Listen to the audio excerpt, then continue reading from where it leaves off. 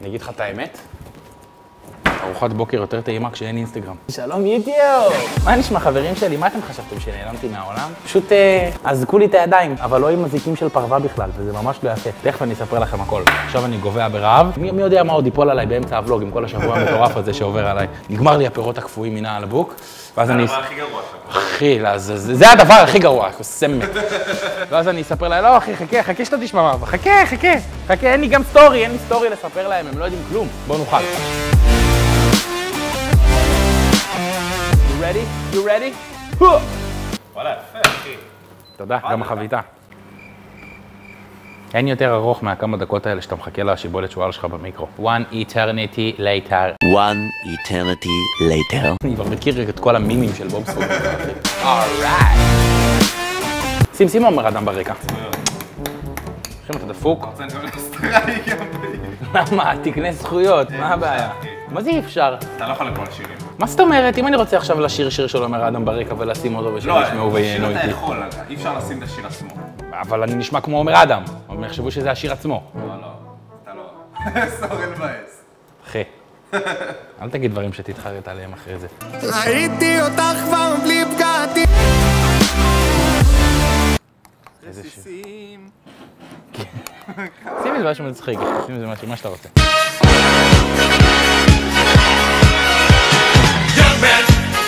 וואלה, שתדע לך, אני לא יודע אם זה פסיכולוגי או לא, אבל יותר טעים מאומגה 3. ככל שהצהוב של הביצה יותר כתום, ככה החומצות שומן בתוך הביצה הן יותר איכותיות. אז כאילו לפי החלמון אתה יכול לדעת. ביצי אומגה 3 אתה תראה בדרך כלל שהחלמון שלהם הוא הרבה יותר כתום מאשר ביצים רגילות. אני לא יודע אם זה מה שעושה אותם טעים או שזה הטיבול המטורף שלי. מהפיל כרגע. ואורגנו.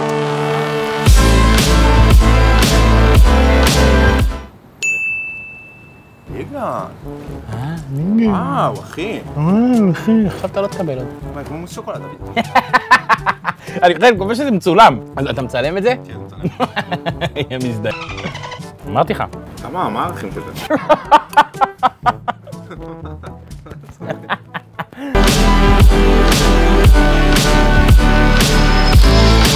בוא נחשוף את מה ש... בוא למטה, בוא תראה איך שדרגתי את האוטו. בוא סתכל, עשיתי לו שדרוג קטלני, אחי. טוב ששדרגתי אותו יפה, לא רציתי שיפתחו על היין, אז כיסיתי אותו. בסדר? בגלל זה הוא מכוסה. עכשיו בוא תראה איזה שדרוג קטלני. אתה מוכן לזה? זה, אל תתייחס, זה סתם צעצוע מעפן. אתה מוכן?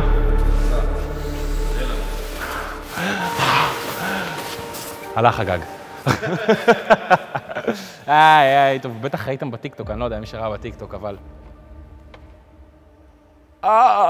כן.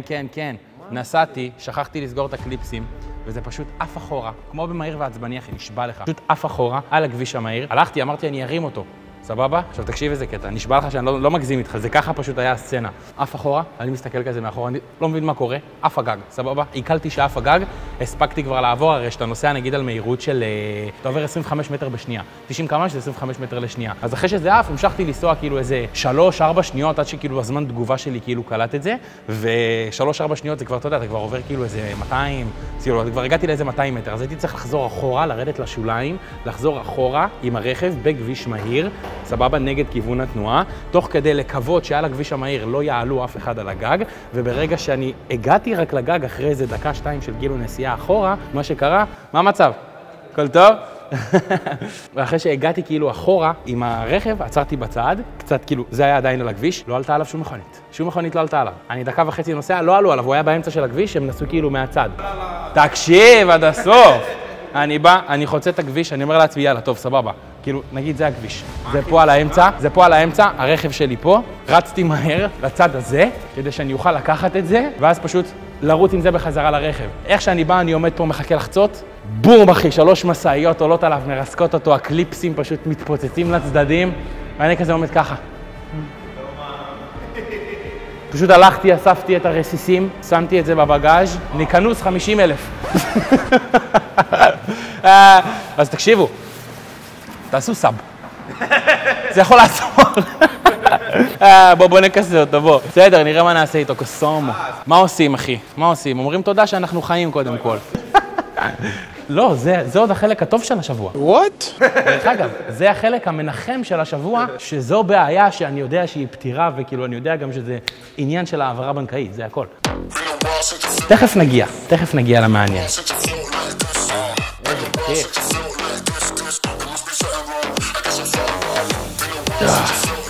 תגביה, שאני תעצבן פה על מישהו, ורק אתה פה. וואי, אחי, לא היה לי חשק לפני שנכנסנו לפה, עכשיו בא לי להרים איזה 500 קילו.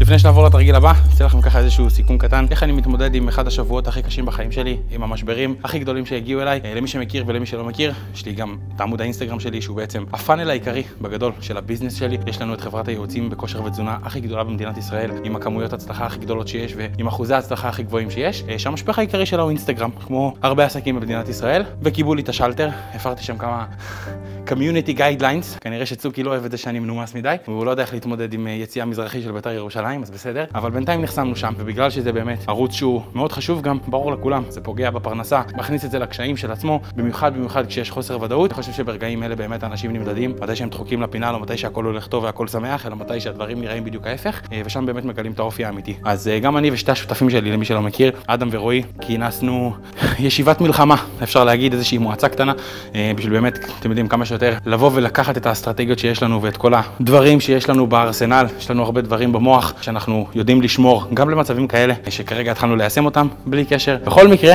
גם בטיקטוק חסמו אותנו, התחלנו להריץ פרסומות בטיקטוק, ובגלל שקיבלנו כמות לידים כל כך מטורפת בעלות כל כך זולה, טיקטוק חשבו שזו הונאה, אז הם חסמו את הפרסומים שלנו בטיקטוק עד התראה חדשה, מרוב שהם היו טובים. אז גם בטיקטוק וגם באינסטגרם כרגע אני חסום. אנחנו פה ביוטיוב עדיין לא נחסמנו, תלוי איזה עבודה. אחי, אתה זה הכל. אז אנחנו פה, חברים שלי. ראיתם את העניין עם הגג, שזה גם סיפור בפני עצמו. וואלה אחי, אם הייתה עליי מצלמה 24/7 באמא שלי, כבר היינו ב-300,000 סאבים. אין לנו את הגג, למי שלא יודע, למה שתדעו בעצם, גם דודה שלי נפטרה לפני יומיים, אז בלגן גדול, הכל כאילו בא בפעם אחת, אז ככה זה החיים. אני אומר לכם, אני כבר הספקתי ללמוד את זה. כל פעם שקורה כאילו משהו שהוא רע, וכל פעם שקורה זה משהו שהוא, אתם יודעים, מוגדר כרע, בסדר? בסוף יש בעיות כאילו הרבה יותר גדולות בחיים, אבל כל פעם שקורה זה משהו, אני בכוונה, במקום להתבכיין, אני אומר לעצמי, זה כל מה שיש לך, אלוהים. תביא עוד. אני מאמין שבאמת, כאילו, אם אלוהים נותן לכם מכשולים, זה באמת כי אתם יכולים להתמודד איתם. לא חושב שיש מישהו שמתמודד עם מכשול שהוא לא יכול להתמודד איתו, אז כל פעם שיש אתגרים חדשים שצצים בדרך, אני מבסוט עליהם. אמיתי, כי אני יודע שאני פשוט רואה יותר חכם מזה או יותר חזק מזה. תכלס אין על מה להתבאס, רק להגיד תודה. וגם נהרסתי המחשב. אמרתי לכם שנהרסתי המחשב? אמרתי, אני אנצל את הזמן, תשמעו את זה, כי אמרתי, אני אנצל את הזמן הזה, שאין לי אינסטגרם, אין לי טיקטוק, אין לי דודה, ואין לי רכב, לצאת לעשות איתו סיבובי. אתה צוחק על דודה שלי שמתה? לא, על הרכב. למה אתה משקר? בקיצור, אז אמרתי, אני אנצל, אני אמנף את הזמן הזה, בשביל לעבוד, לעשות קצת דברים אפקטיביים. הלך מחשב, קם בבוקר, אין, המסך לא מגיב. הלכתי, שמתי אותו בתיקון, מסתבר היה קורוזיה, בגלל שאני גר קרוב לים. הלכו הרכבים במחשב, הייתי צריך לנקות אותם ולסדר אותם. עכשיו יש. בוא נגדיל כתפיים, אחי. תכלס, כמה בעיות יכולות להיות בחיים כשיש כתפיים גדולות? עזוב.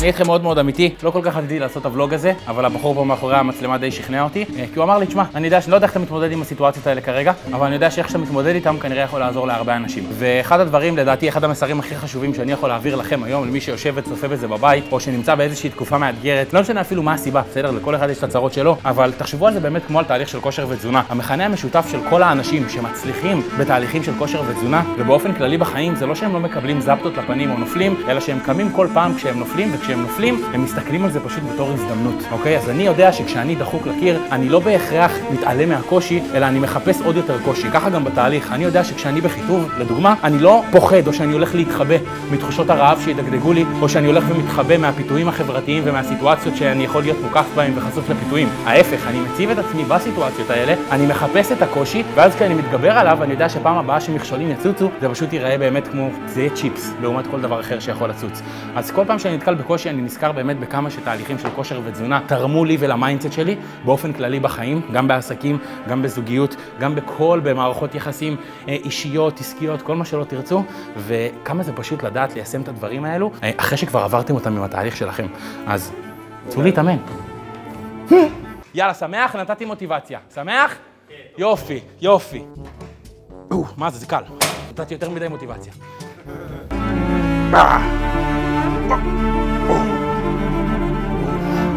עוד.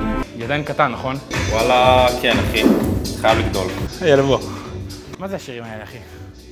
ליאור, אתה יכול לשים איזה שיר רשע? למה כאן אני מרגיש שאני מנסה להזרים את אילי עם המוזיקה הזאת. זה לא שיר שמגדיל כתפיים, אתה מבין? צריך איזה טיילור סוויפט, זה בן שרמוטה. צריך איזה טיילור סוויפט חזק ברקע. צוען!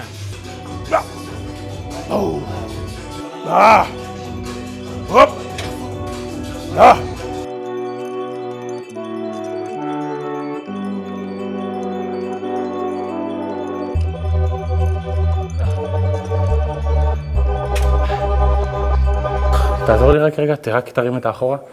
רק את האחורה. כן, איווה.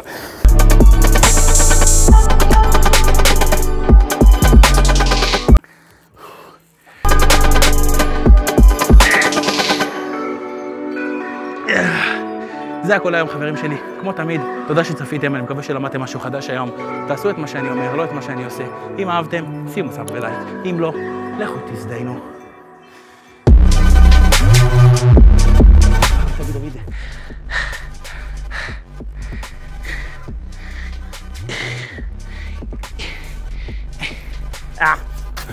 תרגיל קשה אחר.